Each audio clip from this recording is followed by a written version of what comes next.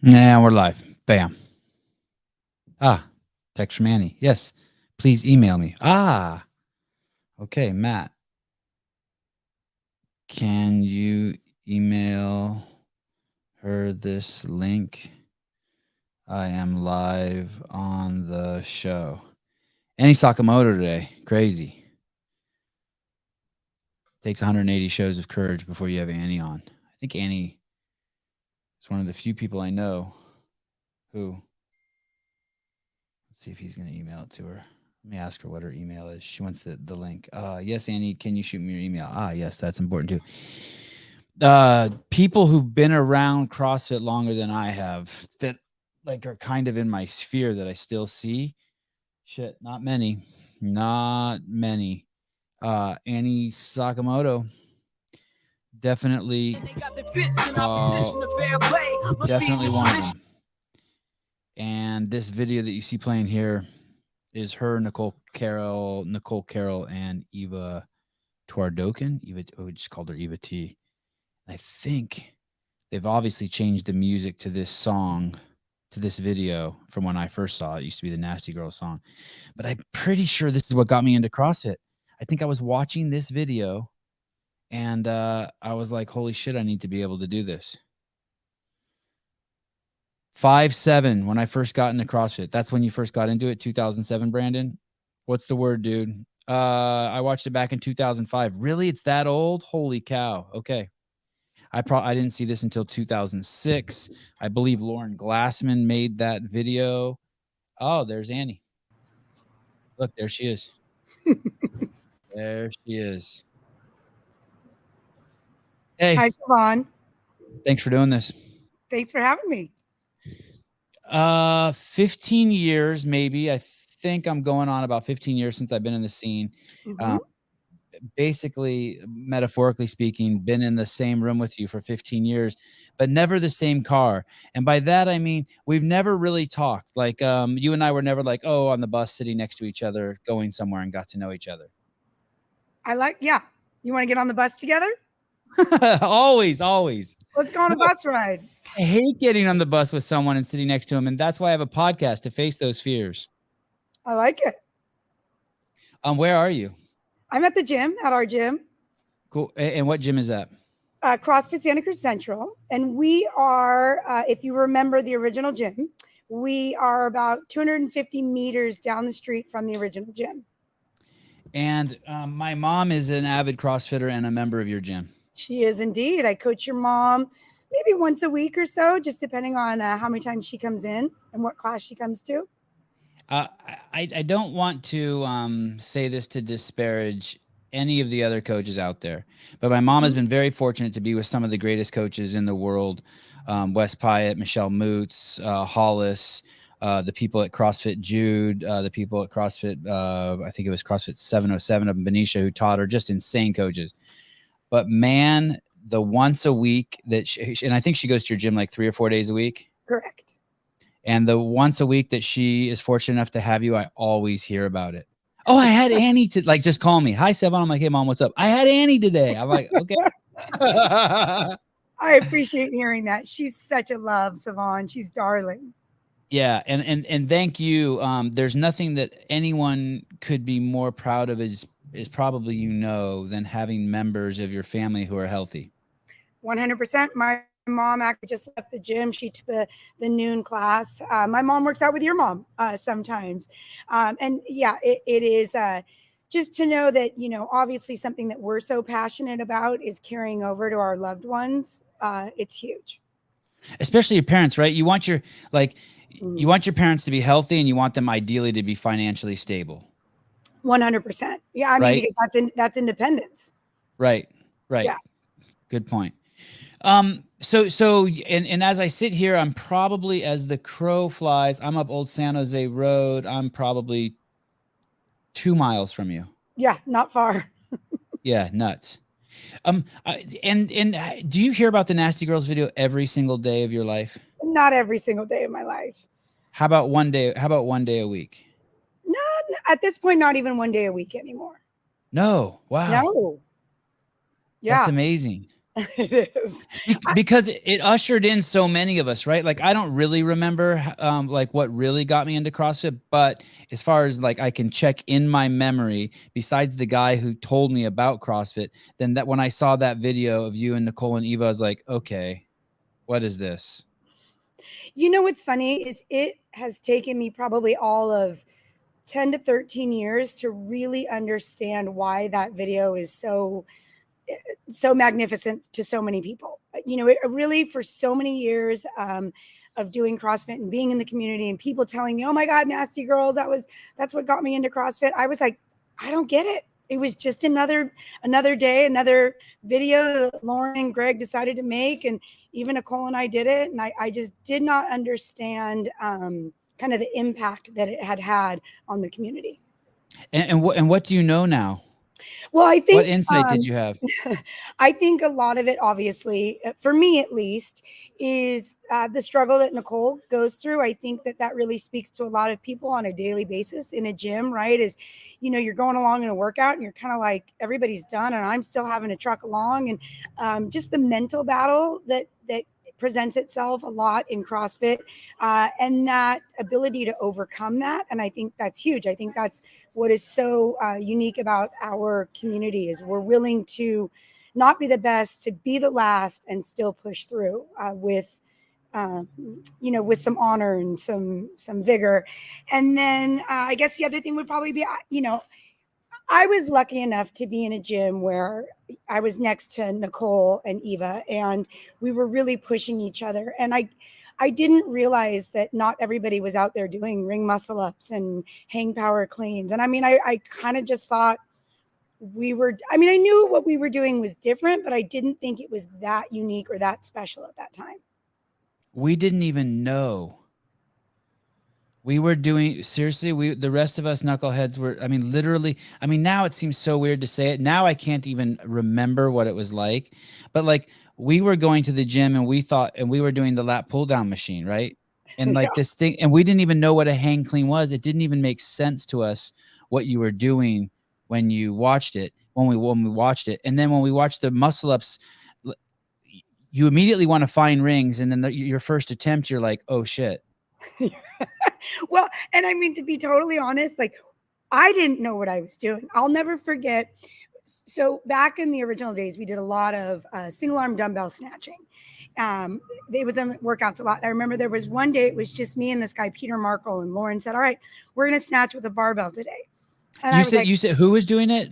Who was doing it? Did you say Lauren? Lauren, was coaching, and it was just me and this guy, Peter, in the 7 a.m. class that day. She goes, okay, we're going to snatch today. We're going to use a barbell. I was so oblivious, Sevan. I was like, oh, Lauren, I'm pretty sure you can't snatch with two arms at the same time. Like, that's not possible. She was like, just trust me, Annie. We're going to give it a try, but I'm pretty sure you can't. I mean, that's how ignorant I was to what we were actually doing. Yeah, it's so crazy. And then there's people like your kids and my kids and thousands, maybe millions of kids all over the world who don't know anything different. Right.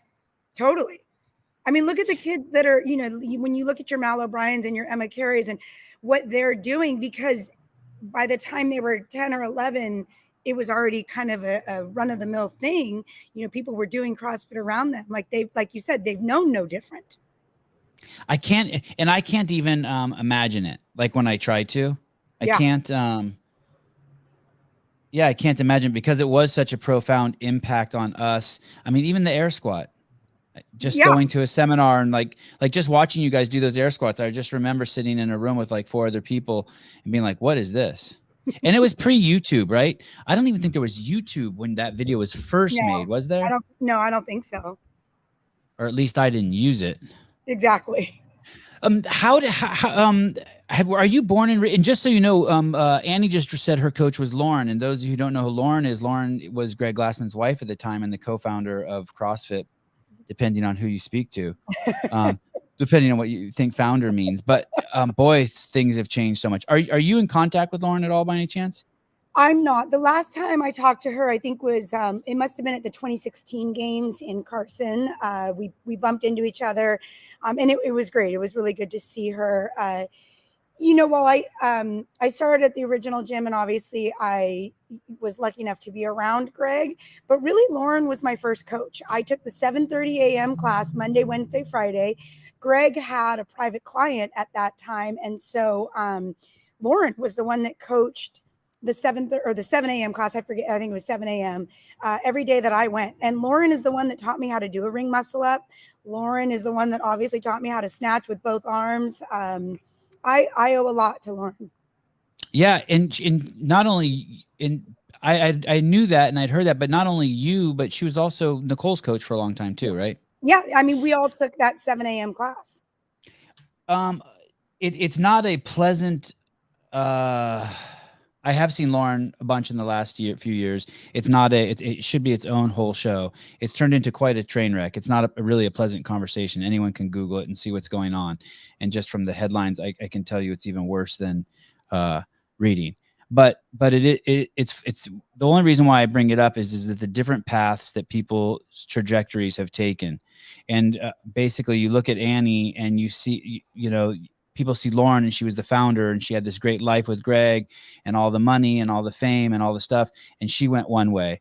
And then you look at Annie, who stayed, we'll get to it, but has basically kept the simple life, stayed close with her feet on the dirt, and took the path of the tortoise. And we know what happened at the end of that race. Yeah. It's really hard for me. Like you said, Lauren was a dear friend of mine, and she really still is. I have nothing but good feelings for Lauren. Right. But when I first started, she would pull into the gym. And at that point, either they Greg or Lauren rode their bike to the gym, or they shared one car. They had one. Right. It was a white Toyota Tundra. And they would pull into the gym, and Lauren would have on like a baggy sweatshirt with the hood pulled over her head and baggy sweatpants. She was very humble, not flashy at all. But one of the most extraordinary coaches I've ever had in my entire life, in her ability to impart information and get any of us as athletes to do the movement, the stimulus, like whatever she was trying to get us to do, without ever showing us. She never showed me a ring muscle up. I never saw a ring muscle up before I actually executed one. I had no idea exactly what I was supposed to be doing. She had the ability to verbally teach me a ring muscle up. I think that's exceptional. That is exceptional, and that's remarkable. That's a remarkable coming from you. I should say all this stuff when you're not in front of me, because I don't want to make it seem like I'm pandering to you. But you truly are a remarkable coach. Every single person who crosses your path is like, holy shit, Annie Sakamoto is the greatest coach ever. And that's tough, man, because when you go to college and you'll be like, oh, that's the cutest boy on campus, and there's 1,000 boys who are the cutest boys on campus, and they're in the CrossFit community, there really are 1,000 of the best coaches in the world. But sitting on top of that, man, you're the people you've worked with and the people who talk about you behind your back, man, it's crazy praise. And so for you to say that about Lauren is nuts. And I've heard that not only from you, but about other people. I mean, I've heard other people say that about her. Yeah. How did you first come across CrossFit? Like, what is like your earliest, or let's go back even further. Are you Japanese? I'm my father is Japanese and my mother is Romanian Jewish. So I'm a Jap. Okay. And right. And what do you call those people? Is that what Hawaiians are? Does that make Hawaiian when you made a Japanese with a Jew? I'm joking. Because they mated the Spaniards with the Native Americans and they call them Mexicans. So I was just wondering, like, if you guys get a Japanese Jew gets something. Super smart? Is that the super smart? Yeah. And guess what? I'm the worst at math. Go figure. Oh, right? Man.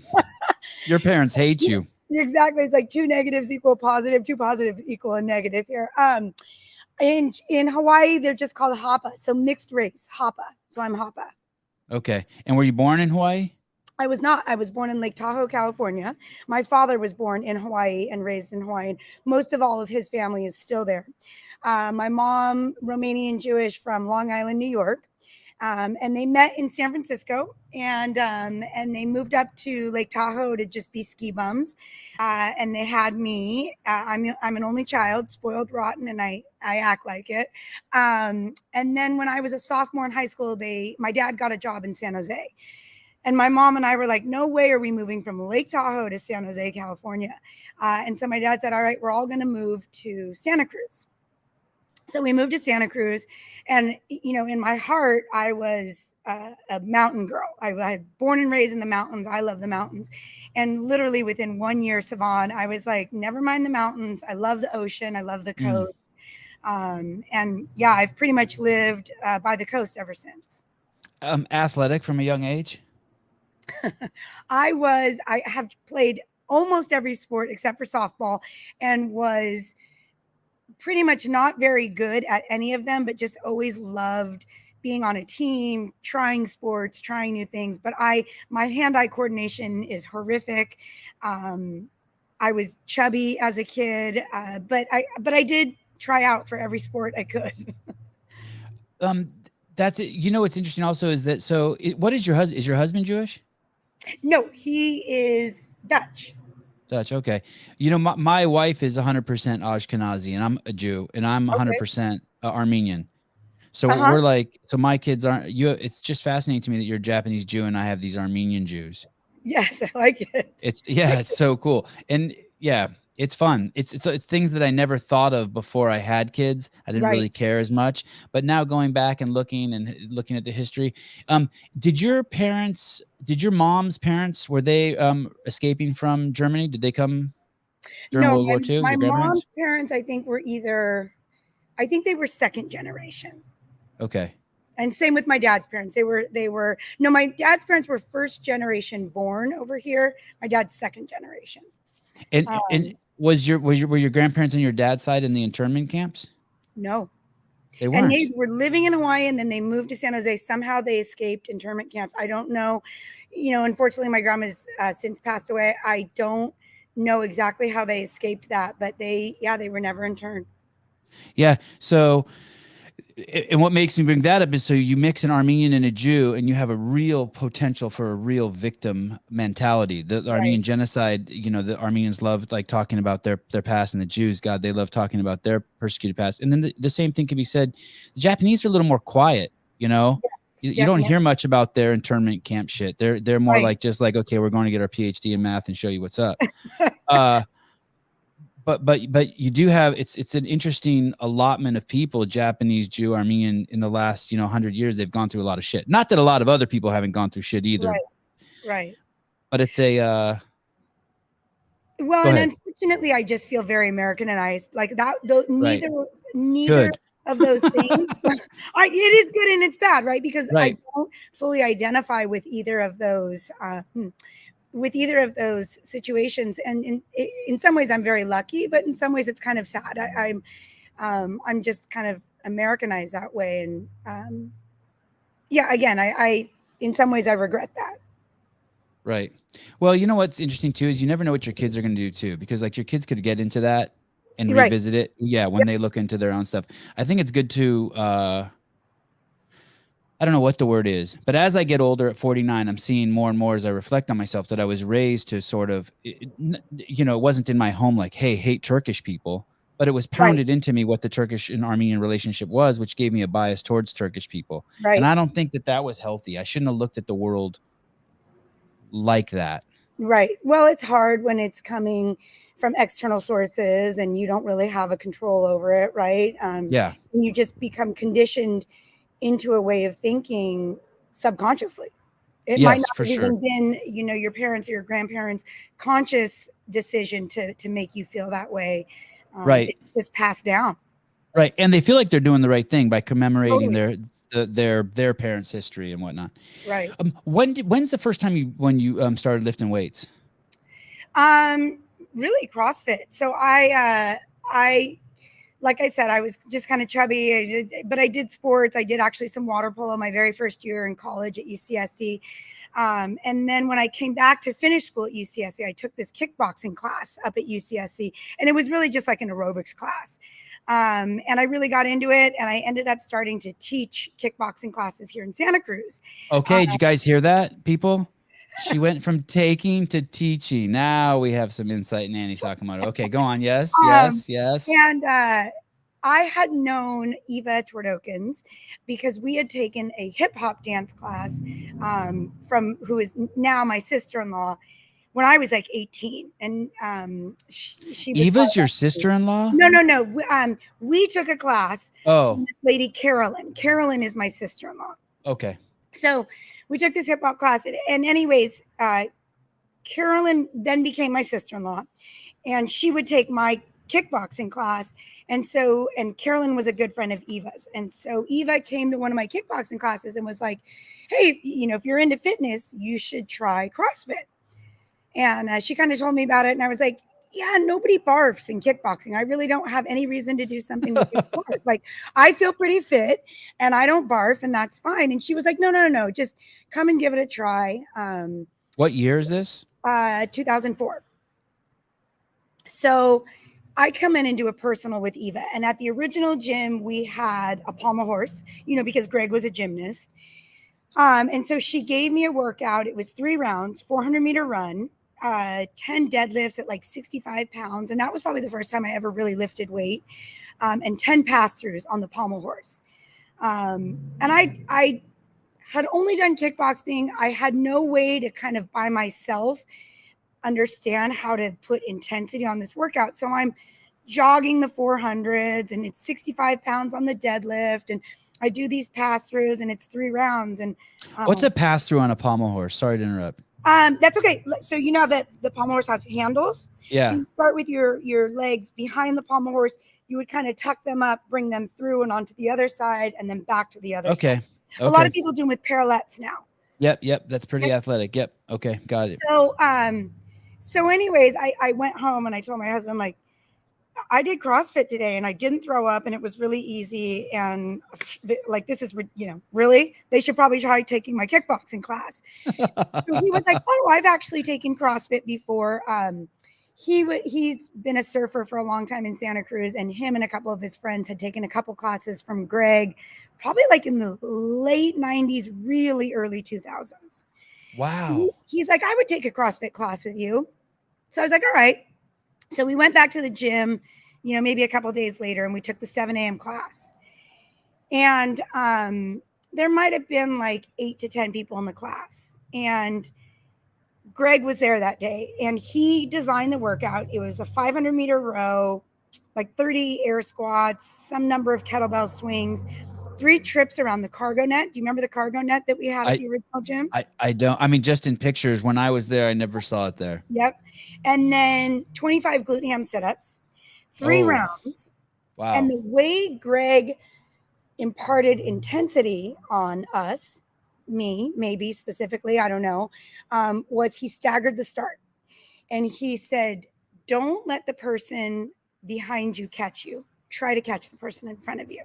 Uh-oh. And I was like, okay. And so we did it, and we did 3 rounds. And I did all 75 glute ham sit-ups all the way to the ground and all the way back up. Was that your first time doing those? Mm-hmm. Oh no. So you know how that story goes. Like, I can literally do 5 of those and make myself sore. No shit. Yeah. I'm not like. Oh yeah. So the next day I was like, oh, wow, I'm pretty sore. And, admittedly, you love it when your abs are sore. And then the next day I told my husband, like, you have to take me to the hospital. My stomach was distended. I couldn't bend forwards. I couldn't bend backwards. I couldn't laugh, cough, sneeze, fart. Like, I was just destroyed. And so he went back to CrossFit. I couldn't even move. And he told Greg and Lauren, and they were like, please don't take her to the hospital. Please don't take her to the hospital. I thought I had a hernia. And like 2 days later, I was okay. And I was hooked. I was like, okay, that was a good workout. I'm in. Wow. And to this day, you're terrified of doing that to one of your clients. I am. But, to be honest, I wasn't at first. It took me a long time, I think. And you were there for the early days of CrossFit.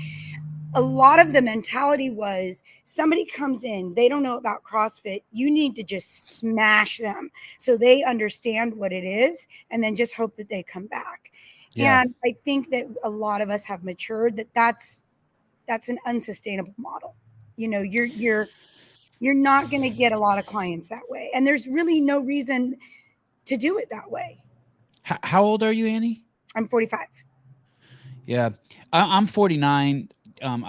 You would laugh at my workouts, but I probably have to do the same thing that you have to do at 45. I have to warm up. I can't do CrossFit now unless I'm already sweating. So Right. in my 30s, I could just jump in and force out a Fran. Now I have to, not only do I have to scale Fran, but I literally have to be I have to be soaked. Right. I cannot just start doing thrusters with 65 pounds at 49 as fast as I mean, and even every time I go as fast as I can, I have to watch. Like when you're young, you don't have to watch. I almost have to have at this age an out of body experience and be watching myself to make sure like something doesn't fall off the bus. Yeah. I'm not like, I could always go harder, but I'm afraid something might break. It's so weird. I mean, I'm not complaining about it. I don't mind it, but it's just something that comes with age. 100%. And I think until you have the age, you don't understand it.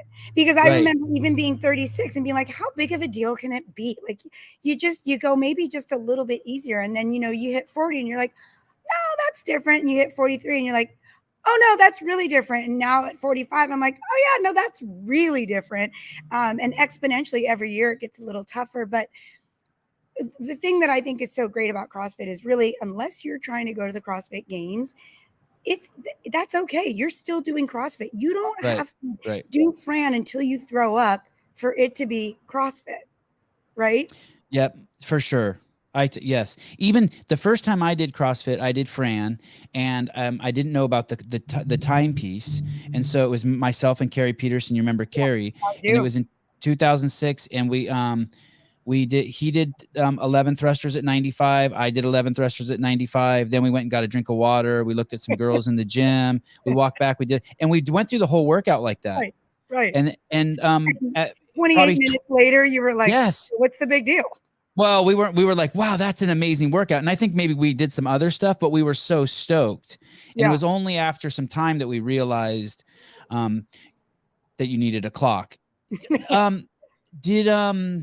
Can you just get on an assault bike and go like, could I just wake you up at 7 a.m., give you a cup of coffee and just put you on an assault bike and go as hard as you can? Like, I can't do that. I would break. Something would break. I'm probably an anomaly that I'm not really great at warming up, and I pretty much just kind of get to it. If I'm good, I will do a better warm up. But I do, and I do better if I do warm up. Right. But you don't hurt yourself if you don't warm up. You're not like me. Like I'm really scared to get. You're good. Knock on wood most days. Yeah. Yeah, that's awesome. Yeah. Like I'll even be sitting down somewhere, like watching at the skate park. You probably can understand this since you have the skater boy son. Yeah. And then like my son will fall down across the park, 30 yards away. If I can't just get up and run over there. No. I have to jog for a second and like make sure like all my vertebrae line up. It's just weird. It's so fucking weird. And neck rolls, some I'm just like, okay, is the machine going? And then I'm like, okay, right leg, left leg, right leg, left leg. Yeah. Well, I hope that you never experience it. But I mean, I'm not complaining, by the way. I don't mind getting old. I'm enjoying it, but it is a trip. Yeah, no, it is. And like we were saying, like, every 2 years, it's wildly different. So 2004, you get in the gym, you do that workout, you're hooked. And well, first of all, go back to Carolyn for a second. This is just a total sidebar. You're telling me your brother married your hip hop teacher? No. So, because I was just imagining like your brother coming to hip hop class and seeing your teacher move and be like, yeah, that's my girl. No, that was me. So I was like 18. I found this hip hop class and Carolyn was teaching it. And I was like, I want to be that woman. Like she was so incredible, the way she moved and she had this little body. And so is she still in town? She's still in town. She teaches hip hop. She's awesome. So she's married. She was married, to Zach Wormhout. Zach Wormhout is my husband's brother.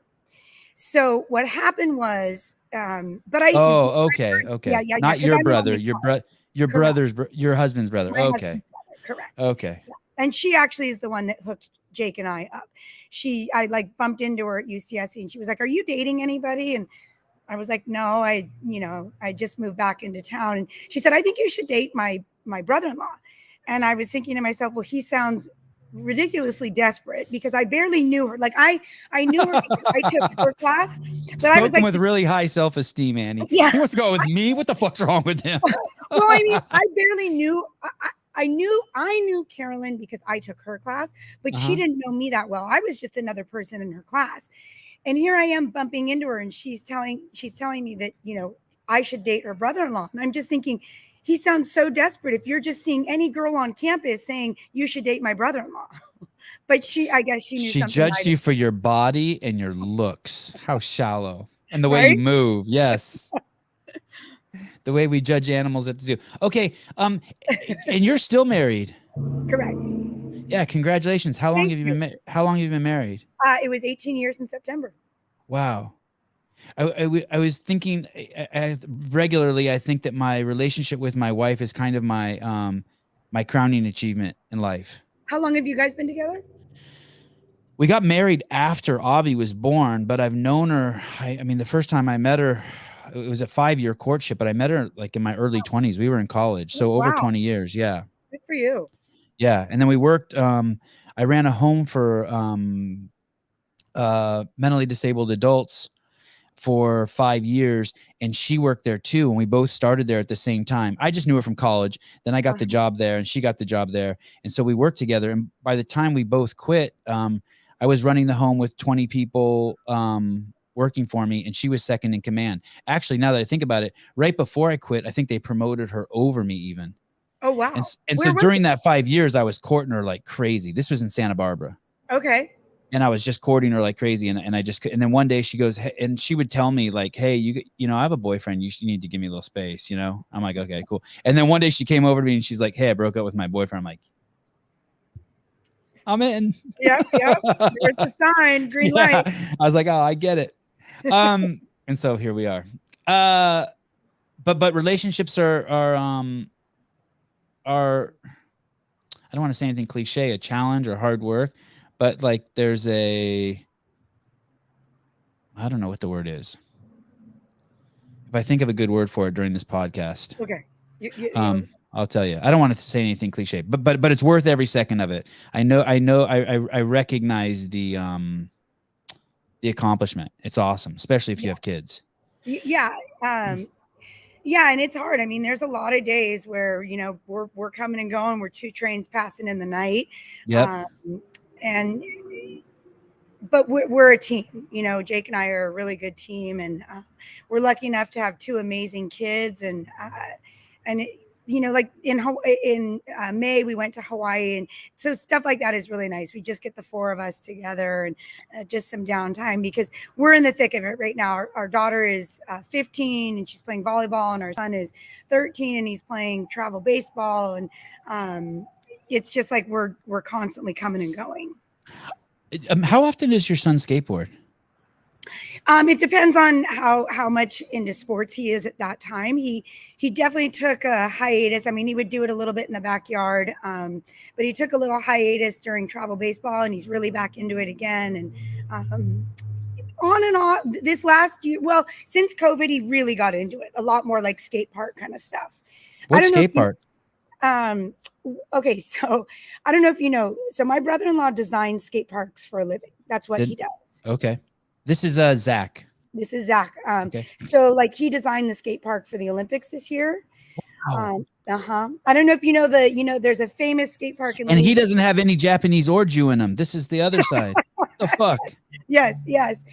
He designed, there's a really famous skate park in Louisville, Kentucky that has the full pipe. I don't know if you know.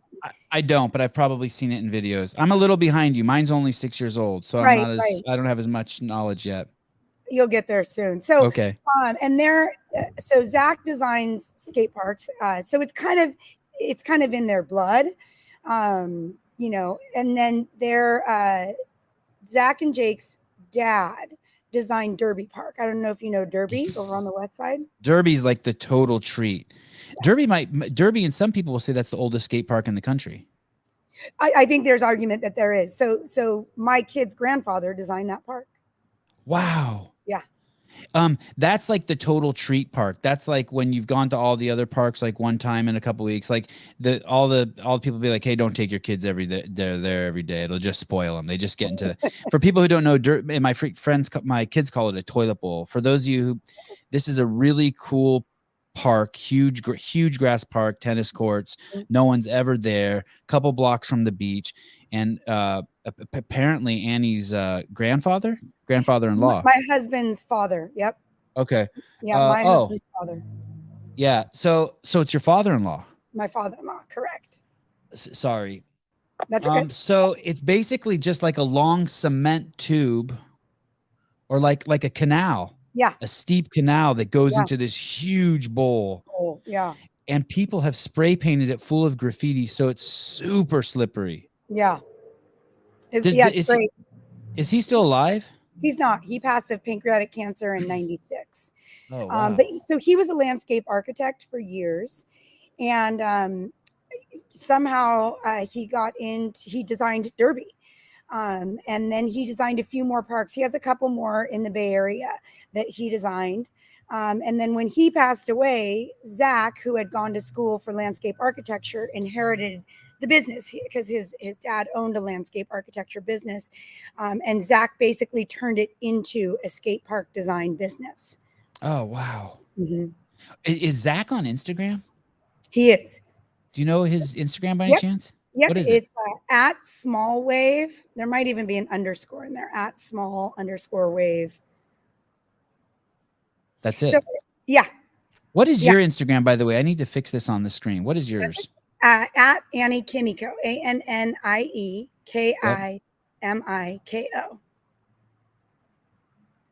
Bam, fixed. Bam. Wow. And this shouldn't be on the podcast, but it's going to be anyway. I would love to know if your son would want to earn money skating with my son. He would love to. And actually, the thing about Izzy is he's a really good teacher. Okay. I've seen him teach other kids in our backyard how to do stuff. He's really patient. He'd be a great teacher. He would love it. Okay. I'm going to bug you as soon as the show's over. This is really, really cool. My son also is, he's actually 7. I said he was 6. He just turned 7. We've been having to go over the hill. So he has a skateboard instructor here in Santa Cruz, but there's a guy over, it's a guy named Derek. Okay. I don't know Derek's last name. And then his other skateboard instructor is over the hill in Sunnyvale, and his name is Josh.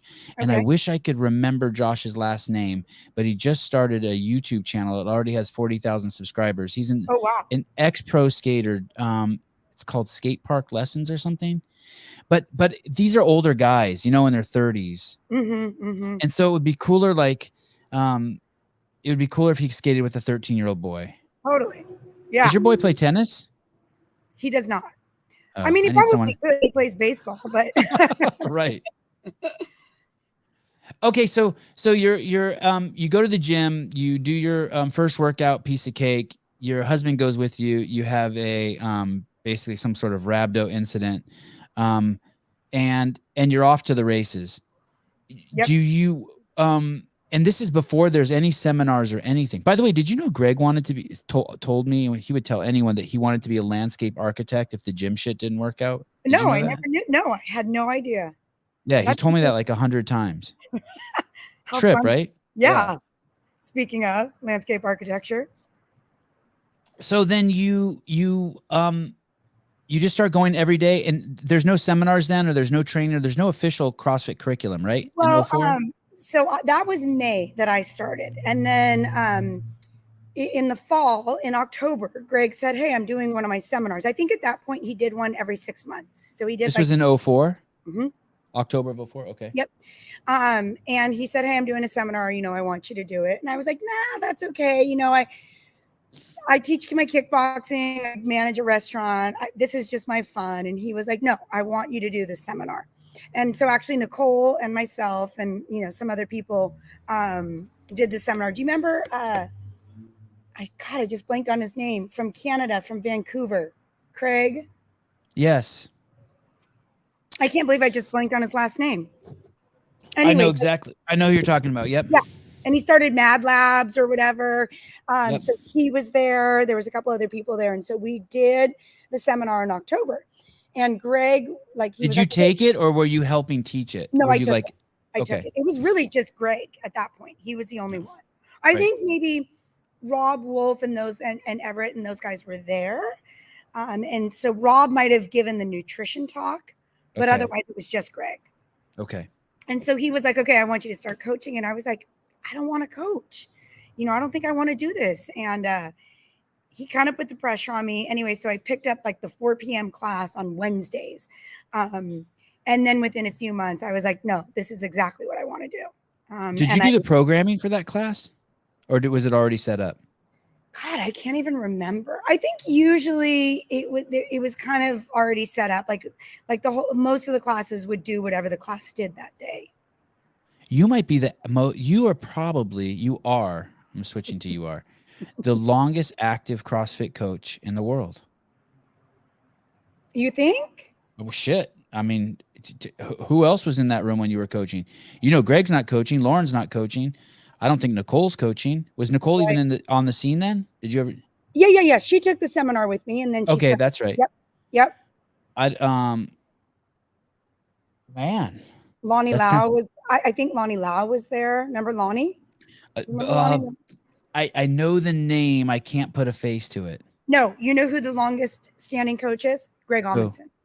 Oh, wow. Yeah. I bet he would be. Oh, shit. You're never going to win. You're never going to win. We got to off him. How? Yeah. He's going to have to get hit by a truck, 2 trucks to run. I see Greg all over the place. Do you see him all over the place? I don't. No, I don't see him. I know. I wish I did, because a lot of people do. I love Greg. He's just a big teddy bear. Dude, I see him down around his gym in 41st Street. Anytime I go down to the Point a lot with my kids. Yep. And man, I can't tell you how many times I'll see this beautiful man running, and I'll come up behind him in my car, and I'm just like I want to see who it is, right? And see the whole body. So I'm acting all nonchalant, and every time I'm like, dude, obviously it's fucking Greg. And he's running down the street with his shirt off. I'm like, oh, and then I wave and honk like I saw Mickey Mouse. Totally, exactly, because he's just the most happy, enthusiastic human ever. Yeah, man, isn't that there's so many great people in town. Yeah, we're really lucky. I mean, obviously, CrossFit started here in Santa Cruz, but it's pretty amazing how many of those people are still here and have some part of coaching that they're still doing. His gym should just one morning run over to your gym and challenge your gym to a workout without even telling you. There we go. I like it. You know what I mean? Just run over there, pack of 20 of them. Bang. Annie, come out right now with all your members with your hands up. Well, we did for years. We just didn't do it this year and last year because of COVID, but I started in 2009, the Affiliate Cup here in Santa Cruz. We've run it every year. So that's actually happened in some ways. That's right. And it got pretty big, because I remember one year we did it in Scotts Valley at the office, and it was nuts. It was nuts. Yeah. Yeah. Are you going to keep doing that? I would like to. I mean, obviously last year we were still kind of locked down, and this year it just still didn't seem appropriate just to get that many people together. But yeah, my goal is definitely to keep that going. It's a special thing and super unique amongst the Santa Cruz CrossFit community. Yeah, I agree. I think my wife's even done it a couple times. Yeah. Yeah. Okay. So you start teaching that class, and then at some point, and tell me if I'm missing a huge gap in there. At some point, Greg and Lauren decide to move to Prescott, right? But in that 2004, when you take your seminar to before they move to Prescott, what actually starts happening? And do you feel it in the gym? The Nasty Girls video comes out, people start opening affiliates. What's it like? What's the scene like then? Dave told me you were the instructor at his L1. You put him through workouts at his L1. Yeah. Do you remember that even? Yes. Not completely. We started Greg started doing more seminars. And like, I Mhm. remember we went down to Bergner's place and we did a seminar. And so we started doing more seminars. I think where you could really feel the growth of CrossFit was on the message, on the comments, like on the message board, because back then that was where the community existed. And it went from, like 40 to 60 comments being a big day to, I remember where there were days where there was like 300 plus comments board. And so I think that was when you could really tell that CrossFit was growing, but there still wasn't like a huge influx necessarily of affiliates, at least to my knowledge. There probably was, but not But like we saw like in the 2012 era maybe. do you remember like all of a sudden just people like Kelly Starrett showing up at the gym, or just Yes. randos just showing Yeah. up at the gym? Yeah, and then like you and Carrie came on the scene, and there was definitely more. There was a fervor starting to build. It didn't seem quite so underground as before. So Greg and Lauren, it must have been in like 2006 or 7 when they moved to Prescott. Do you remember? Yep, 2006, I think. And the reason was they could not afford to buy a house in Santa Cruz. Like they Right. were ready to buy a home, but Santa Cruz was just way too expensive. So they moved to Prescott. And I managed the gym at that point. And there must have been about 13 of us that were trainers there. Wow. Yeah. And that gym was small. I mean, it was working, but it would be a situation where I would have to call Lauren and be like, can you order toilet paper? Can you order hand soap? Because they were there and she really was paying for it. And so, and it was obvious. And this is before Amazon. This is before like there were systems, and like Exactly. life was hard. Yeah, exactly. So it just became apparent that it was time to kind of split up that gym and for them to not own the gym and try to manage it from afar. So Brendan Gilliam and Ronnie Boos and Jason Bills and a little group went and started CrossFit Scotts Valley. You remember that? I do. When broke off, they were the first ones.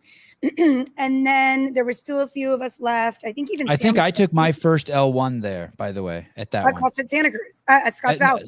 Oh no, maybe it was CrossFit Santa Cruz. I don't know. I took one of my early L1s in Santa Cruz, at Scotts Valley for sure. Yep. Yeah. Yep. So there and Greg was still giving all the lectures. I think at the one I went to, it was the first time Nicole had given a lecture. Oh, okay. Yeah. I think, yeah. Maybe she gave the nutrition lecture there. And other than that, Greg did them all or something. Yeah. Yep. That sounds right. So, so a group of us walked down the street and we saw this building that was for lease. And it was an old Volvo repair shop. So it had huge bay doors and tons of space inside. And it was just kind of rough and industrial. And we ended up signing a lease and opened up this space in 2008. And we're still here. Oh, that's the place. Yep. Wow. Yeah, that's a great spot you're at. Yeah, it's great. We're really lucky. So the original 5 was Michelle Moots, Rob Miller, yep, Eva T, Jimmy Baker, and myself. Oh, did Jim Baker pass? He did. Oh man, I thought I heard last that. Year. Yeah. Wow, crazy. Okay. Yeah. Yeah, he had. Okay, sorry, I didn't mean to derail your story. That's okay. Yeah, and so we've been slowly the ownership changed, and now it's just myself and this lady Helene, and we're about to bring on one more female owner, Kelly Greco. But yeah, we've been here since 2008. Why, Annie? Why not just be like, fuck, partners suck. I'm not doing that shit again. Oh, no. Why are you bringing someone else on? How did Helene get in the mix? What is going on? Oh, thank God for Helene. Like, okay. So I told you, like, I'm the Japanese Jewish lady that can't do math. So I can't do spreadsheets. Like any of that kind of stuff is super daunting. And I don't like it at all. And so Helene that is her jam. She loves that. She like her and her husband's idea of a fun Friday night is to make an Excel spreadsheet. So it's perfect. Okay. And then, I have 2 kids and I just, I don't want to own this business by myself. And Helene is a great partner. We get along really well. We have the same values and morals and ideas on anything. And even when we disagree, we always come to an agreement in a very civil and amicable way. And so I feel really lucky about that. And then Kelly has been a member at this gym for years, and she's just wildly passionate about CrossFit, about the community. And so it just makes sense to have the three of us own the gym together and share the load.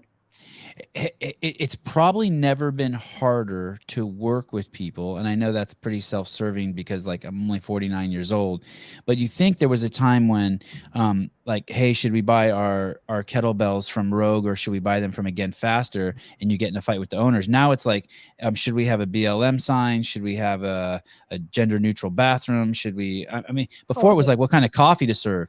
Now it's like fucking just I couldn't get along with anybody. Yeah.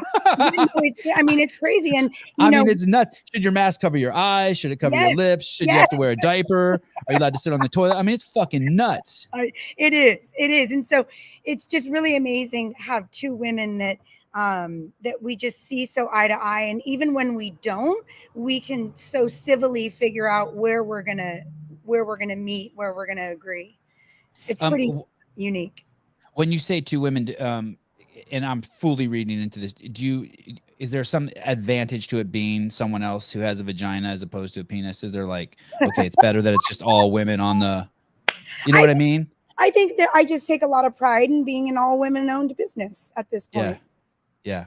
You know, how come? Again, because I don't think that we think of women owning businesses or being successful in business. And it's just, again, you know, I have a 15-year-old daughter, and I think as a role model for her, it's great for her to see like women can own businesses and they can play sports and they can lift weights. And couldn't have been a better answer.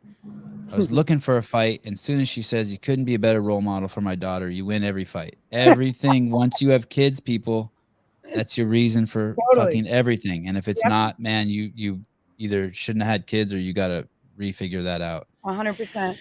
When Annie tells this story, I watch from the outside. She makes it seem very smooth in the transitions. There were obviously a lot of really, really ambitious people in the community, a lot of go-getters, a lot of people who had a lot of ownership. Even though this thing was owned by Greg and Lauren, every one of us who has put our blood, sweat, and tears, there's no line, and Annie, correct me if I'm wrong, we all felt a piece of ownership. And as each growing step from the outside, it may have looked like it's all hunky-dory. It's hard. It's hard. Definitely. And I'm assuming that there, I was on the phone with a friend just now. I was actually on the phone with Dave just now before you got on. We got on, and I was thinking, I remember when Greg basically took down the gym and gave it to the Marines. And I remember there being some frustration on his part and with the people who worked there about where the equipment was going to go and who was neglected and who had put in this sweat equity. And at the time, I didn't fucking appreciate that because I was just a new kid on the block. But as this most recent thing happened with Greg being selling the company for $200 million, I probably experienced what you experienced at that time, and I have much more empathy and regard for it, because it's hard when something you love so much is has such massive changes. Mm-hmm. Not even love; it's more than love. Is there something more than love? It's well, like separating it's letting someone walk off with your arm. You're so ingrained with CrossFit that when it changes, it's like someone took your arm off. You forget where you start and CrossFit begins, or you end and CrossFit begins, right? Yeah. I mean, there's a deep, deep passion for the community, for helping others, because I really view that that's what we're doing here. You know, it's about fitness, but it's really just trying to better people's lives in many facets. And so so just so, you know, I'd love to tell this story. When Please. Greg broke down the gym, there was the name CrossFit Santa Cruz that he was going to give, and there was the equipment that he was going to give. And, you know, Eva had started with Greg eons before the rest of us. She started with Greg like in the late 90s at Spa Fitness. Wow. And she knew Greg very well. And when the five of us decided to open this gym, he definitely he offered the name and he offered a lot of the equipment to us. And Eva was really the one that was like, I do not want to be beholden to Greg. Understand. And yep. And so we very purposefully did not take the name nor the equipment. Mm. We took out a loan. We decided on our own name. And so that was a very conscious decision on our part. And that more than most of the listeners, that really resonates with me. Yeah. What you said, you don't want to be behold. Yeah. I 100% get that. And I don't want that in any way to mislead anyone in the amount of gratitude and respect that I have for Greg of course, on a daily basis, because if it wasn't for him and Lauren and this original idea, I wouldn't be doing what I'm doing every day of my life. And for that, I am forever grateful and indebted to him. Yeah. Me too. I live a fucking, I mean, literally when I came on the scene, I was a homeless guy. Wow. And right. Now, fuck. Yeah. It's fucking crazy what I have. It's nuts. Yeah. But it was all in, and it was all hard work. It was. And there was all grind. Everyone, every fucker was grinding. 100%. And so I don't discredit, the work that we all individually put in for ourselves and for the greater good of the community, to better this thing and to make it what it is today. But I also definitely acknowledge that it was originally his idea. I think, to his credit, he got involved with a lot of the right people that took his torch and ran with it, Why didn't you? I want to come back to that, but I don't want to forget this question. I'm gonna ask you two questions. But the first one I'm gonna ask you, don't answer. How are there so many fucking hardworking people around him? It's nuts. But I want to ask you this before you answer that. Why didn't you enter the games in 2007? I was really nervous to measure myself up against whoever competed. I thought that the community would have an expectation of how I would place. Yes. Yes, they would have. They did. And I had an expectation of myself that I would be first. And I was really scared of not being first. And so at that time, my daughter was just under a year old, and that was my excuse. Like, I just had a kid and I'm not ready. And that, yeah. Hopefully Jolie doesn't watch this show. She doesn't. She's too busy. But you would have won those games. Maybe. Yeah, I don't know. You would have won those games. I don't know. Yeah, you may have won the men's division. You may have won both men and women that year. No, definitely not that. But and there's definitely some regret, because it would be a nice title to have.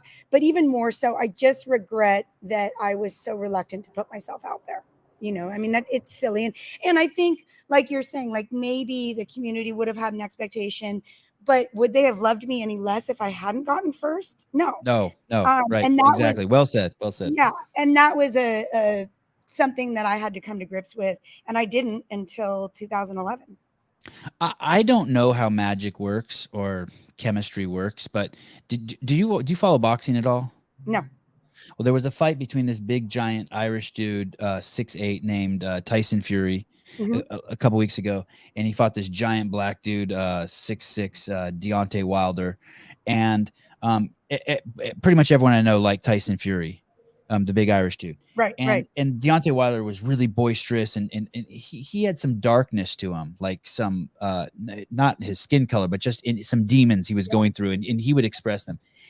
And he somehow in the third round, every single person who was watching the fight started loving him, because you could, and he lost the fight, but like you loved him at the end, like the whole internet, like around the fight things, like, oh my, and I thought, I was watching it at home and I'm like, wow, I wanted this dude to lose, and now I feel like almost like crying because he lost. Right. And I really kind of fell in love with him during the fight, and I don't know why that happened, but you never know like people are people love to see someone try.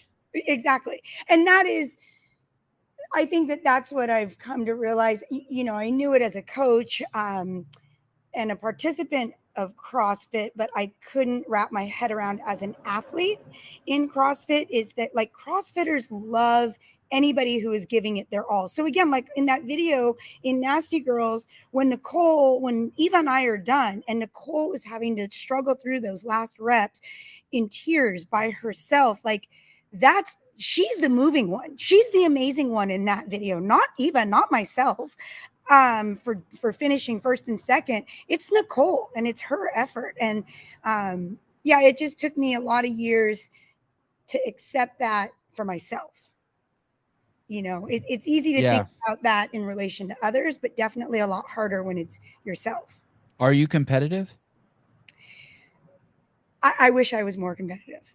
Oh, I mean,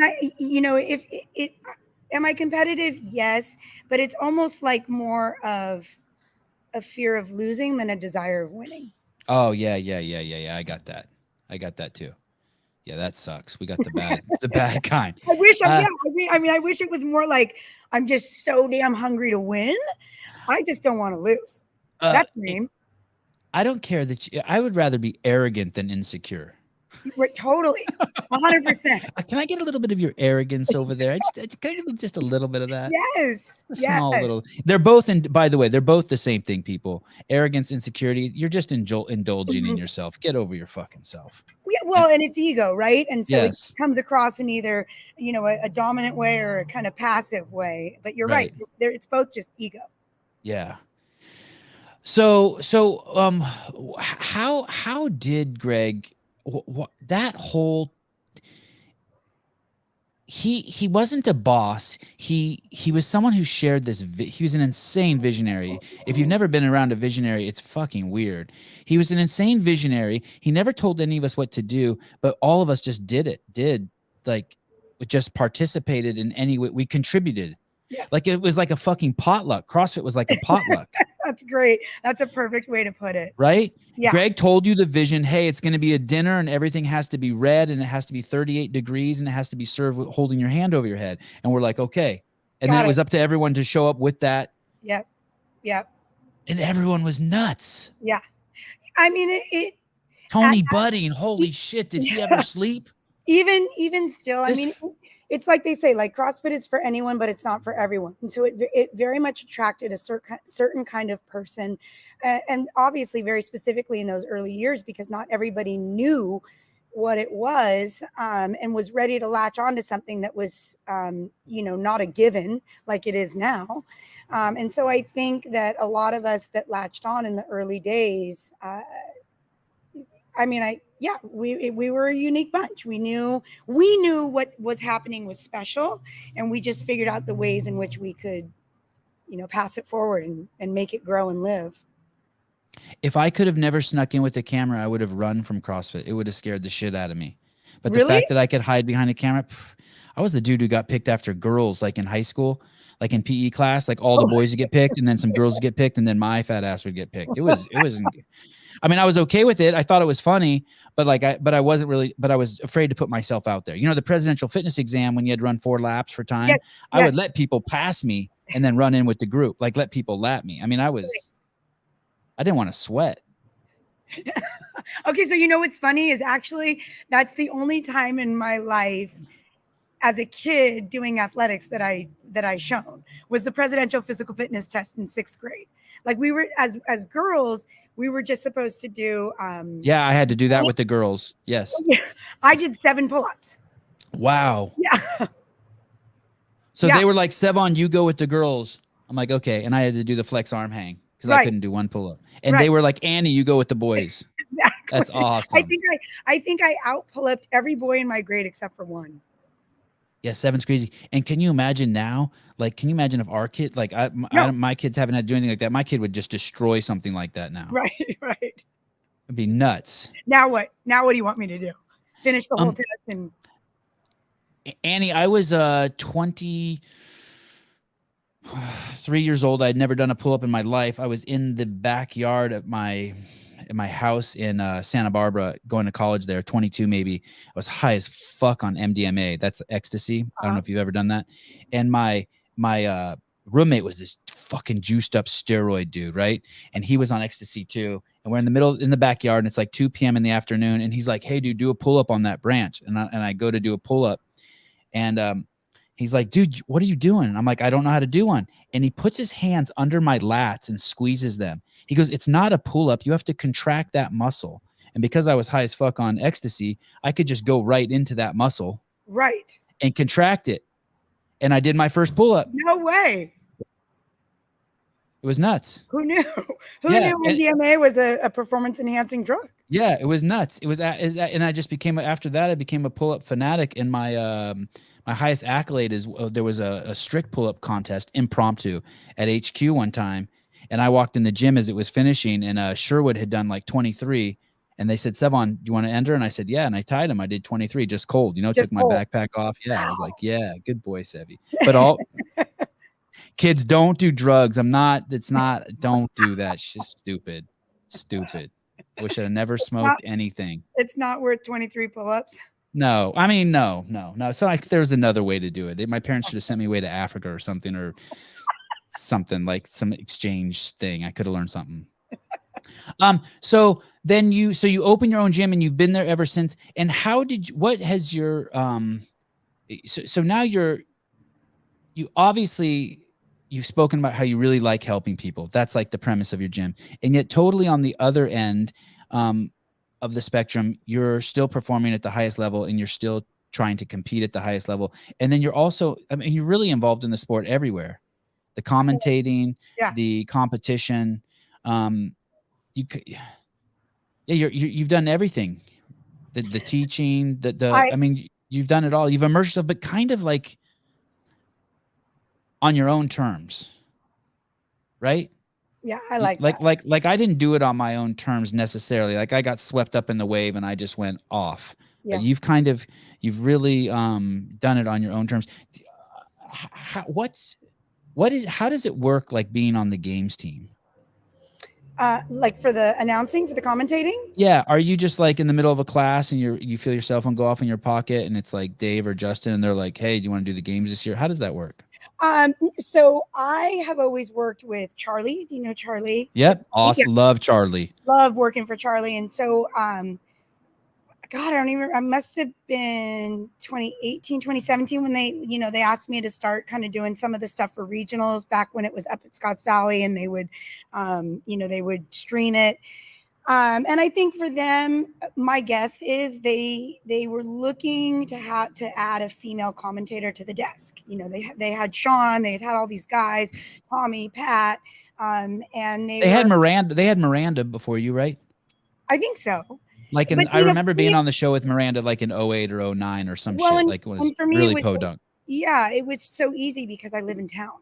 So I was an easy grab for them. And so I did it, and that's not. There's very few people who know as much as you two. I just want to throw that in there. Okay. Well, I've been in the sport for a really long time, but I'm not as much of a CrossFit nerd as I should be or I could be. And a lot of that is just having kids at the age that my kids are, and I just I wish I had more time to sit and watch and do all of that. But I have 2 kids that play sports and do things, and I want to be part of all of that. Right.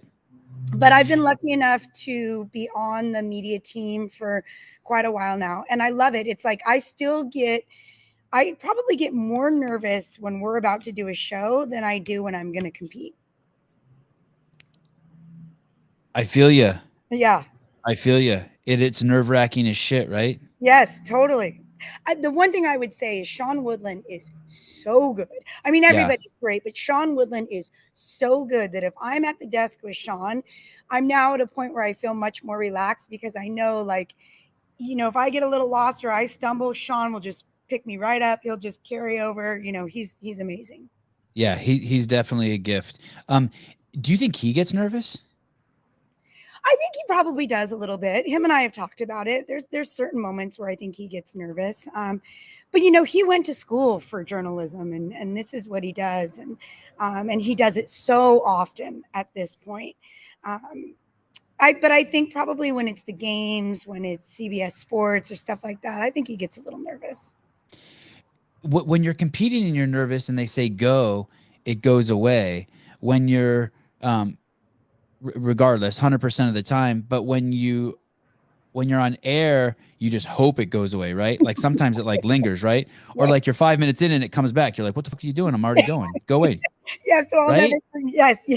It's a little bit better now, but I'll never forget there was a regionals that we were doing, and it was myself and Dan Bailey at the desk and somebody else, and we have these IFBs and they're talking to you, like the production room is talking to you. What's an IFB?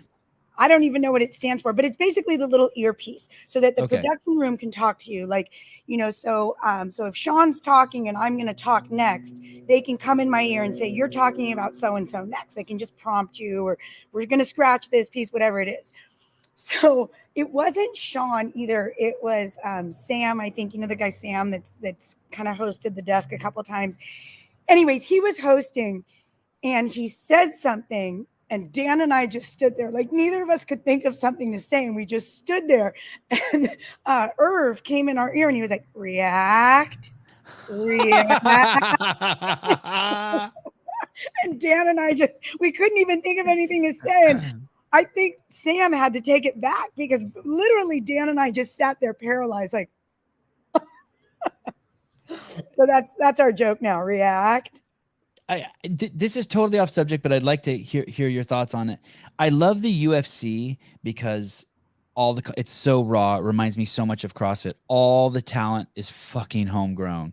Yeah. And I love CrossFit because all of the talent is homegrown. This man that Annie just mentioned, Irv, he started as an intern who probably didn't know shit. The same way I started, didn't know shit. None of us knew shit. And there's a rawness and realness to us.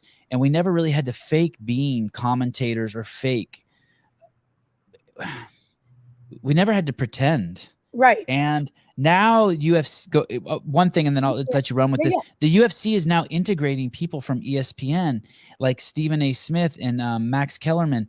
And I don't want to disrespect their art, but they're fucking ruining the UFC. Right. Because go ahead. Yes. Yeah. It just gets kind of like generic and just very plastic.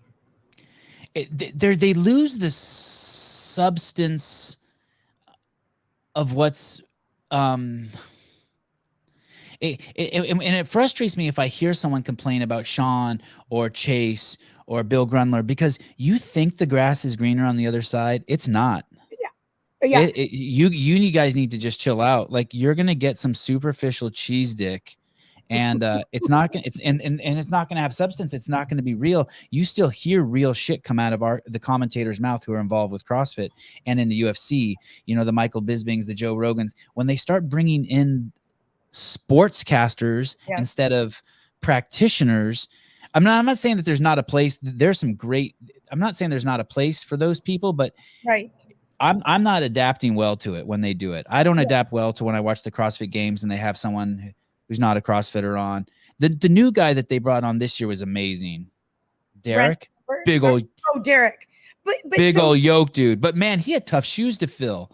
I mean, Rory's amazing. Again, he's a CrossFitter. Yes, he's a sports, he does like the local news and sports wherever he is, but he's a CrossFitter, and that's it. There's nuance and there's passion that obviously comes across from anybody who actually is a CrossFitter, and everybody else. It's just canned, and it's great because their presence and their presence is there and they're eloquent, but they don't, there's nuances that they don't understand and that they can't impart to the audience. It gets missed. Yeah, good. I'm glad to hear you say that because sometimes I think, am I just old and stuffy? But I really appreciate homegrown talent. Yeah. And that was something we always had pretty much in the culture. I think that one of the biggest missteps CrossFit Inc. ever made was when they hired a guy to be the CEO outside of who replaced Dave outside. Yeah. And I think it's one of the greatest things about working at CrossFit is we always hired from within. Mm-hmm. You basically had to work for free. You had to do Fran, and it didn't matter what your time was, but you had to work for free. You had to do Fran, and you had to climb the ranks. Yep, 100%. Yeah, and again, these are people that are passionate about the sport and the community, so they're gonna, and that's what I think. Like when I think about Charlie, when I think about Irv, when I think about you, these are people that are so passionate about CrossFit as a movement, like as a health and fitness movement, but also just they understand the community element of CrossFit, and that comes across in their work. And if you don't understand that, it's really hard to be effective to the best of your ability in CrossFit. You know what I mean? 100%. Does any part of you, like, as you saw CrossFit grow, like we were saying, you've kept your feet on the ground, you didn't get swept up in the sort of the massive growth that happened at HQ? Is any part of you, like, while that was happening, you were like pissed that you weren't more a part of it, and now in hindsight you're still there, and you're like maybe in 2010 you're like, fuck Sevan and Carrie for fucking exploding and taking Greg away from us, and now you're like, yeah, motherfuckers, look at me, I'm still doing the show and you fuckers are fucking fired? Like, is there any party that's like, yeah, I did it? No, because I made a very conscious decision to not get swept up. Okay. That was a very intentional decision on my part, and if I'm going to be just totally candid about it, I worked close enough with Greg. It had nothing to do with anybody in the community other than Greg. And I had just worked close enough with him, and seen enough people get on his shit list. Yeah. That my intention was to stay within the community, but at an arm's distance from him. And again, that's not to discredit a lot of what he's done for me. No, I don't take it that way. But I just knew that for me personally, I needed to keep a little bit of distance between myself and him, and that would be better for me. But I am very thankful that that's the decision that I've made, because I feel like where I am is exactly where I want to be. And that's purely by my choice and not by circumstance. Yeah. You definitely, it seemed like you controlled it. I always had this feeling while I worked at HQ, there were three places you could be with Greg. You could be riding the wave, you could be on the beach, or you could be in the break zone. And Dave stayed on the beach and I rode the wave, and fuck, man, people who stayed in the break zone, it was bad. I don't think people realize, as weird as some of these champions are, and as anomalies as they are, like talking to Matt Fraser or I don't know, Tia. I haven't talked to Tia as much, but I've talked to Matt a lot. Like they do weird shit. Like they have these really crazy disciplined lives. They're not normal fucking people. Right. And Greg is not a normal fucking person. Right. And if you're in the wrong spot, man, I mean, he can emotionally, intellectually fatigue someone to a point that like you didn't even know was possible. Totally. I mean, and so you either had to keep your distance or stay real close. You couldn't be in striking range. Yeah. I stayed in his bosom. Some people stayed like 3 blocks away, but if you were like within arm's reach, man, you're getting fucked up. Yeah. Oh yeah. He's a tornado.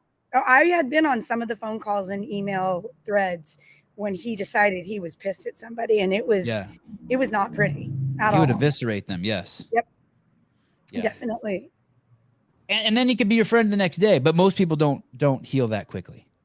No, not at all. And I just, I knew that for myself. And I actually at one point pissed him off pretty good, and he was pretty mad at me. But, to be honest, I think he knew by then I was enough of a likable figure within the community that he couldn't just completely shit on me. Well, imagine this too. He made a bicycle, and it was supposed to ride around the planet, and some lady named Annie Sakamoto rode it to the moon. and it's really fucking hard to hate that rider. You're sweet. Thank you. You know what I mean? Like, yeah, it's petty at that point. Right. You know, it's have you ever like, there's people in my life that I don't like. I wouldn't say I dislike them, but I just don't like them. I have no likeness for them. And then all of a sudden they do something nice to my kid and I like you. Totally. Do you know, have you had that experience? Yeah. You're like, you're fucking great. Well, I'm an anomaly in that I like most people. Yeah. Okay. You really have to be an asshole for me to not like you, but I get what you're saying for sure. And so you like his kid. You love his kid. You embrace his kid. Oh yeah. His kid being CrossFit. Right. The CrossFit. You know what I mean? Oh, yeah. You take his kid out every day and bathe his kid and dance and you teach his kid shit. And like, you're like the best, you're the best babysitter his kid's ever had. So it's like, it's really hard. I acknowledge him as the creator of the kid. You know, I really do. Do you see yourself just doing this forever? Yes. Some part of me was thinking that you're getting ready to totally get out of the gym scene. Never. No. Yeah, it's funny. Like my husband and I, we were talking to our financial planner, and you know, Jake is very much. God, you're old. God, you're old. Did you say financial planner? Fuck. Jake's very much planning on when he's going to be able to retire, and you know, they're looking at me, and I'm like, no, I have no desire to retire ever. You know, they're going to have to kick me out of the gym in my wheelchair or on my walker for me to leave. I never want to retire. I am truly, Sevan, excited every day I wake up and I get to come to work. I love it. Oh, that's awesome. Me too. Yeah. Isn't waking up great? Do you hate going to sleep too? No, I love going to sleep and I love waking up. Yeah. I like climbing into bed, but I hate actually going to sleep. Really? Yeah. Why? Because I don't want to go to sleep. I want to do stuff. I want to rub my kid's back, or I want to go play on my computer, or I want to go vacuum out my garage, or like there's always something like I you know what I mean? I want to do a load of wash. Like there's just things I love doing. Yeah. I never but when I climb into bed, I like it and I like lying down and I like going into my body, but just too much fun stuff to do. Like vacuuming the garage. That's yeah, fun. don't you like? Yeah, like there's all this. Like I have a blower. I have a Milwaukee blower. Don't you love a blower? And I blow it all out and I organize it in a pile and then I give it one last blast and it goes flying out. Right, and it just feels so good. So good. Yeah. Ready to work out. Do you ever work out late? Do you ever work out like at midnight or 11:30 at night? No, never. Never. No, I'm sleeping. I like sleeping. Oh. Well, I usually go to bed by like 9 or 9:30 if I can. Wow. Yeah. But I'm usually by 4:30 or 5. I won't hold you to this answer, so don't get too stuck on it. But it's free. It's I'm asking you to pinpoint something down, but don't pinpoint it. Okay. What is your crowning achievement in CrossFit? Like, is it the first time you deadlifted 135 pounds? Is it the first time you taught an old person to do a pull up? Like, what are some of the highlights that you're just like, oh, that was great. Oh, that was great. If I'm going to be 100% honest, yes, it's my impact on the community. Give me and what is your impact on the community? I just think that I would like to think that it is obvious how much I love this sport and this community. And, you know, that being the greater global sport and community, but also my local gym, my local community, what happens inside the four walls of my gym.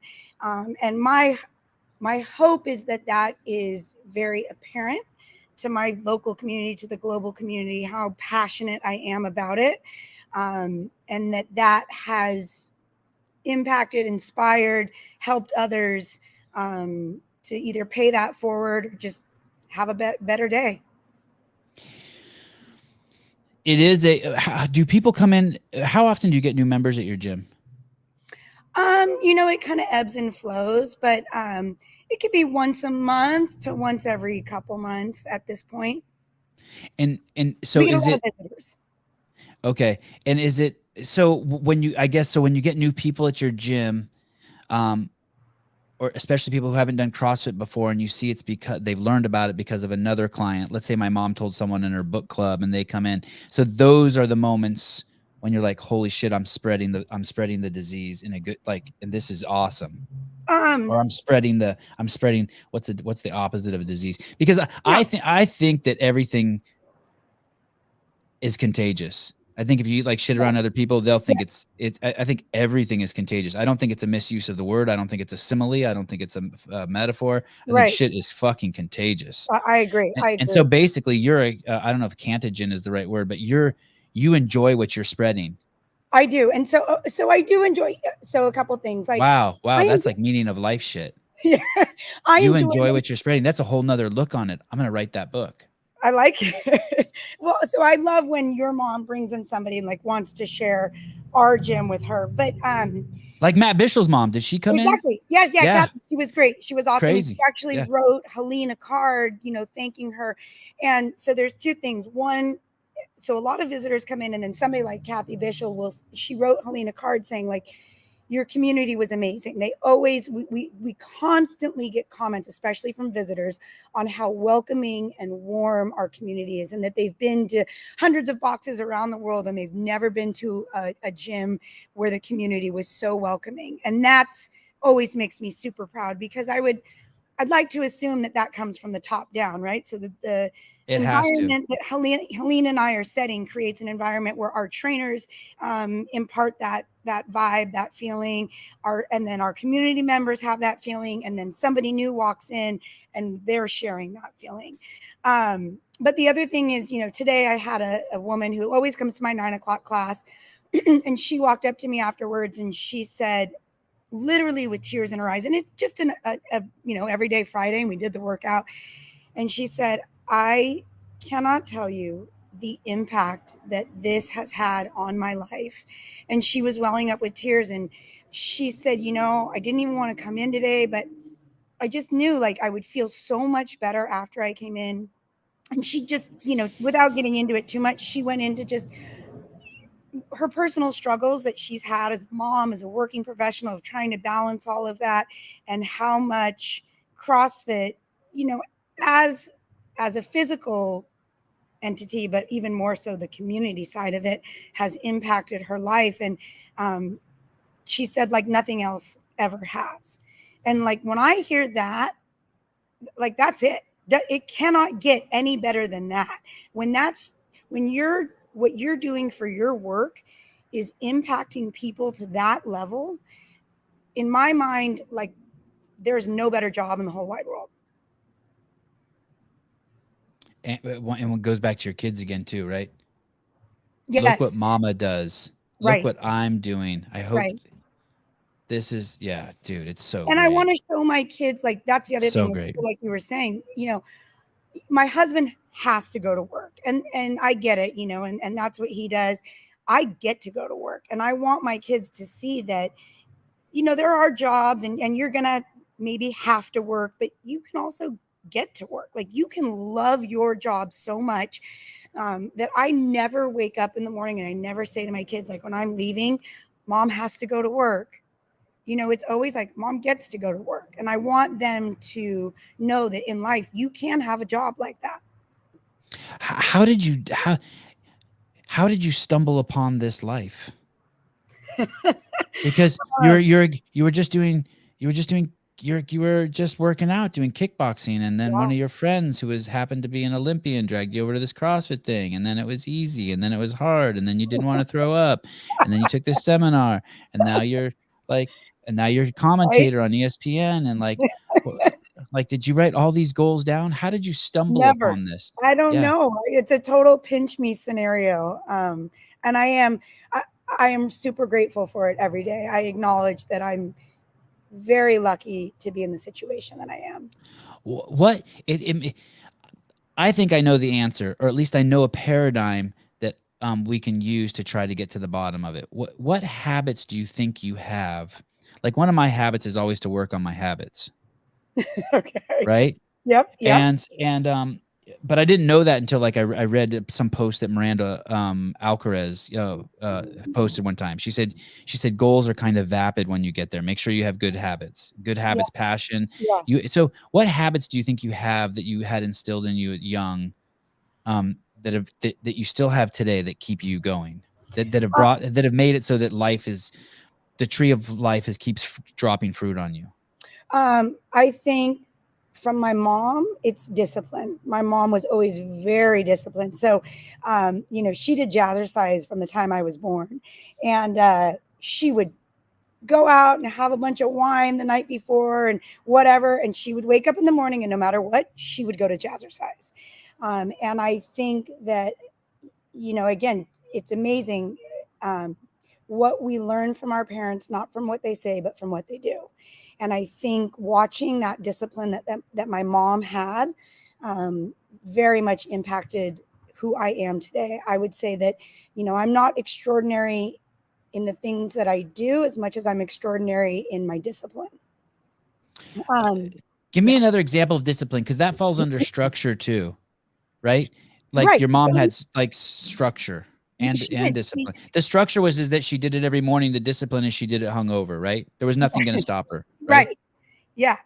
And that's the same, like, with my eating, with my nutrition, with training. Like there's days where I'm in the gym, everybody else is gone, and I have a list of things that I have to do for training, and I will cross every single one off, and I will not only cross them off, I'll really try to enjoy it. I'll try to enjoy doing it, even when nobody's in the gym to hang out with or chat with or do it with. I want to get the work done, and not just again to cross it off the list, but to do, like, to feel accomplished.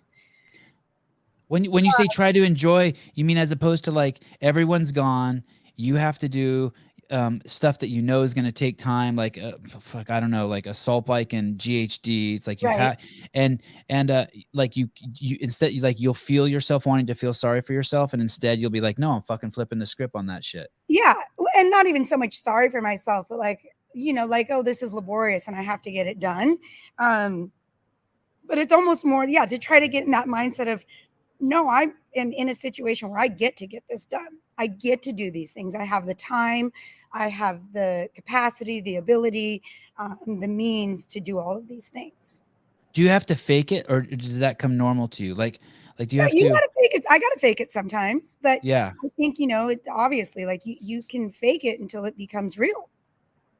Yeah, I don't drink so much anymore, like almost never now. But when I was drinking a lot, I still, like at 11:30 at night or midnight, even 1 a.m, once everyone was asleep, if I hadn't worked out, I would force myself to go to the garage. Wow.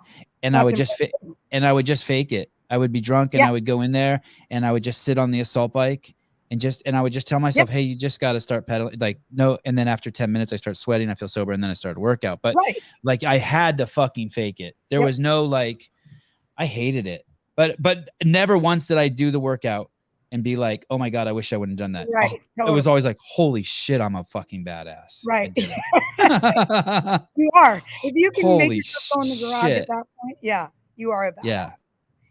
Yeah. And the quality I think I got really from my dad. My dad's side of the family is trying to take care of others. My grandma was the lady that, like, she would ride the bus. She lived in Hawaii. She would ride the bus, and somebody would be sitting next to her, and she would start talking to him. And by the time they got off the bus, that person was coming to her house for dinner, and she was buying them a new shirt. And, my grandma was just the type of person that always really tried to meet people, be friendly with people, and then take care of people. And my dad is a lot like that. And I think I've gotten that from that side. Do you think I grew up with really, really nice family members. My mom is so fucking nice, and my dad is so nice that I've had to work on myself to not allow my niceness to. I feel like niceness has come at the cost of integrity, and it seems like do you know what I say? That again? Explain. So I would be nice to someone instead of being honest with them. Yes. I would be nice to someone instead of being true to myself. Yeah. I didn't even know I was doing that. I wasn't conscious of it. I thought that niceness was paramount to all. Like it was the most virtuous, best way to be with. It was what we were. It was kind of raised that niceness, love everyone, and I feel like it took me until I was into my, late mid 40s. basically maybe even getting fired from CrossFit to just really realize that, hey, that came at the price of my integrity. Totally. Being nice and accepting things that I shouldn't have. I didn't have to fight against. Well, I think there's probably there could have been ways that you could have. It's not even not being nice, but like you said, just being true to yourself. You know, Right. think you can be true to yourself without being mean to others. Right. Yeah, but it is Right. Yeah, you definitely don't need to be mean. Right. Unless you want to be, but you shouldn't be mean just because someone else is mean to you. Right. Right. But yeah, I can definitely, I'm guilty as charged of that. Yeah, it's a trip with really nice people. Mm-hmm. And my husband always like, he'll get frustrated with me because I don't say no. You know, so I could be asked to do a million things and I really struggle at saying no. And that's me being nice. But sometimes it's to the detriment of our family, or, you know, because then I get so stressed out because I've said yes to so many things where I haven't set my boundaries. So yes, guilty. And it gets you really far though too, right? So like the reason why I got so far in CrossFit is there were people more talented than me, but smarter than me, but there weren't people who were willing to take the call at 3 a.m. every single night. There weren't people willing to just at Christmas time, every Christmas, you know, do whatever. Yeah. And but so it does get you far too, right? I mean, like if they call if they call you to do a game show and it's 1 week out, like yes, I say yes. yes. And there's people who don't. It's a trip. Yeah. It's a trip. I was always impressed with the employees that would like kind of set boundaries with CrossFit, but they did suffer because of it. Not in a malicious way. They didn't pay the price, but if you're not at the party, you're not going to get the drink. Right. Exactly. 100%. Well, and it's being nice. Work your ass off before you have kids, people. Fucking grind in your 30s, it's 20s and 30s. I think to work too. You know, I think a lot of people nowadays could say they're setting their boundaries, but they're just like, I don't know. I don't want to be not nice, but lazy. Yes. Like, sometimes you got to sacrifice a little bit, right? To get ahead or to. You got to do what you don't want to do a lot. Yes, exactly. Do you have to go pee? No. Okay, then I ask you. That's amazing too, because I was like, for sure, if I talk to him for a while, I'm gonna have to go pee. So I would like to note that this is a miracle. Okay, I'm only gonna I got to take my kids to jiu-jitsu on the west side. I got to leave in 9 minutes, but I want to ask you this one more thing. Okay. So your close friend Eva got into a plane accident, and I thought a horrible thing for me to say. I thought she was gonna pass, and I recently see her on your Instagram, and she's like working out, and she's up, and she's surfing, and I almost like started crying. I was looking at this, I was like so fucking happy. I'm like, holy shit.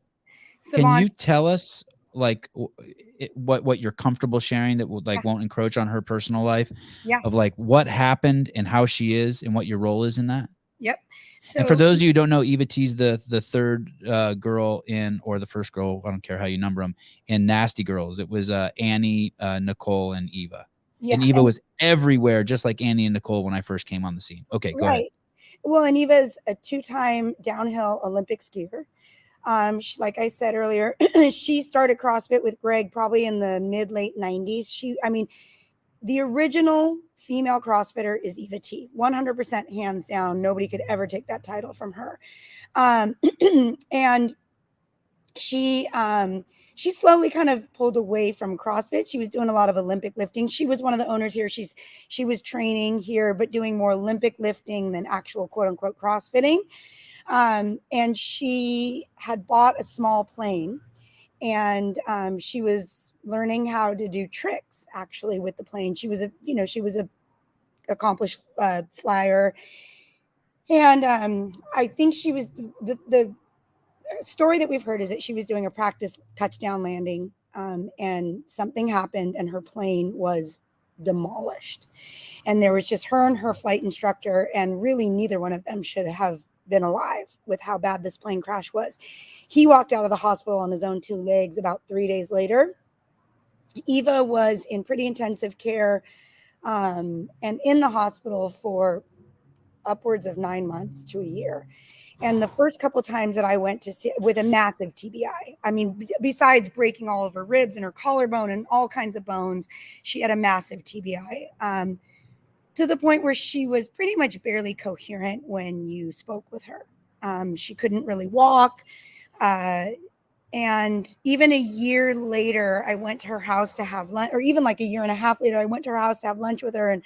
And I remember specifically getting in my car and sobbing, because this was, to me, the most able-bodied woman I had ever seen as far as when she introduced me into CrossFit. And she could not speak in complete sentences. She was like, she looked like a 98-year-old walking around her own home. And I was thinking to myself, like, this is it. This is the rest of Eva's life. And she's only 53 years old, and this is how she's going to live the rest of her life, with somebody else taking care of her. And it's just an absolute miracle, the ability of the human brain to heal, because probably about 8 or 9 months after that visit, I saw her again, and she was very coherent. And then shortly after that, she was back to deadlifting over 200 pounds. She was back squatting like 242 pounds. She would go. That's crazy. I can't back squat 242, and I do CrossFit every day. I deadlifted 206 pounds yesterday. I mean, granted, for a shitload of reps, but it was like, right. It was too much. And that's the most I deadlifted probably in 2 years. Yeah. And I do CrossFit every day. All right. And she slowly got herself there. She was surfing a lot right before she got in this plane accident. And so for months when she would surf, she couldn't get to her feet, but she was so determined to surf again, Sevan, that she just went day after day after day. And she's back to shortboarding. I mean, it's the most inspiring story ever. Yeah. And so she's doing really well. She's surfing, she's squatting, she's deadlifting, she's fitnessing. She wants to come back to the gym and coach again a little bit. What do the doctors say? Is she tripping? Can she reflect on it at all? She's very emotional every time I see her. That's the one thing I would say. That still is probably kind of one of the byproducts of the TBI. It's very easy for her to be in tears. Right. But I think some of it too is just the realization of how far she's come. I haven't ever talked to any of the doctors, but I think it's a nod to the human brain, but it's also a nod to her persistence and her attitude. She was not going to let this hold her down. And imagine this. I mean, people will always say something like, oh, I got in a car accident and the doctor said if I didn't do CrossFit, I wouldn't have survived so well, or I had cancer. If I wouldn't have done CrossFit, I wouldn't have survived so well. But it's also just it's probably some of that, but also her behaviors, right? Yeah. What she learned as a CrossFitter. Yeah. That she could get back to just the basics and the fundamentals. 100%. But I think the doctors did say too, like, had she not been in the shape that she was, she never would have survived. How does anyone survive a plane crash? Yeah. I mean, I don't know if you saw any of the photos, but it's literally amazing. She is alive. Yeah. The thing that I kept hearing over and over the stories was that piece of her skull was like off her head. Right. And that part was really, really like that. That's scary. Yeah. Yeah. But the pictures you posted of her, you couldn't tell. I know. She's amazing. It's a really beautiful story. And it was actually, so right after it happened, this is a nod to the CrossFit community. We decided to do a fundraiser at the gym, and it was super last minute. And this is also like when you're like, social media is amazing. And I posted it and people reposted it, and we made $50,000. I don't even remember what the number was. Wow. In a week. And it was all these CrossFitters all over the world, a lot that had never ever met her, maybe didn't even totally know who she was within the community. But it's like the CrossFit community sees somebody rallying around somebody and they're like, all right, I'm in, I'll rally around that person. Well, you know what's cool about always supporting a CrossFitter, even if they don't know it, they are someone who is on the path of personal accountability, responsibility, and personal accountability, Yep. and that is a man. We need so much more of that in the world right now. Yep. We need Yep. But I so think much you're more of right. that in the world, and Again, so that's you're investing in someone who has that mindset. yep. Yep. Because 99.9% of CrossFitters do. Yeah. Yeah. Did you wear those earrings today while you were coaching, or did you put those on for the podcast? I wear these earrings all day, every day. So I knew it. even during my workouts. Thank you for coming on.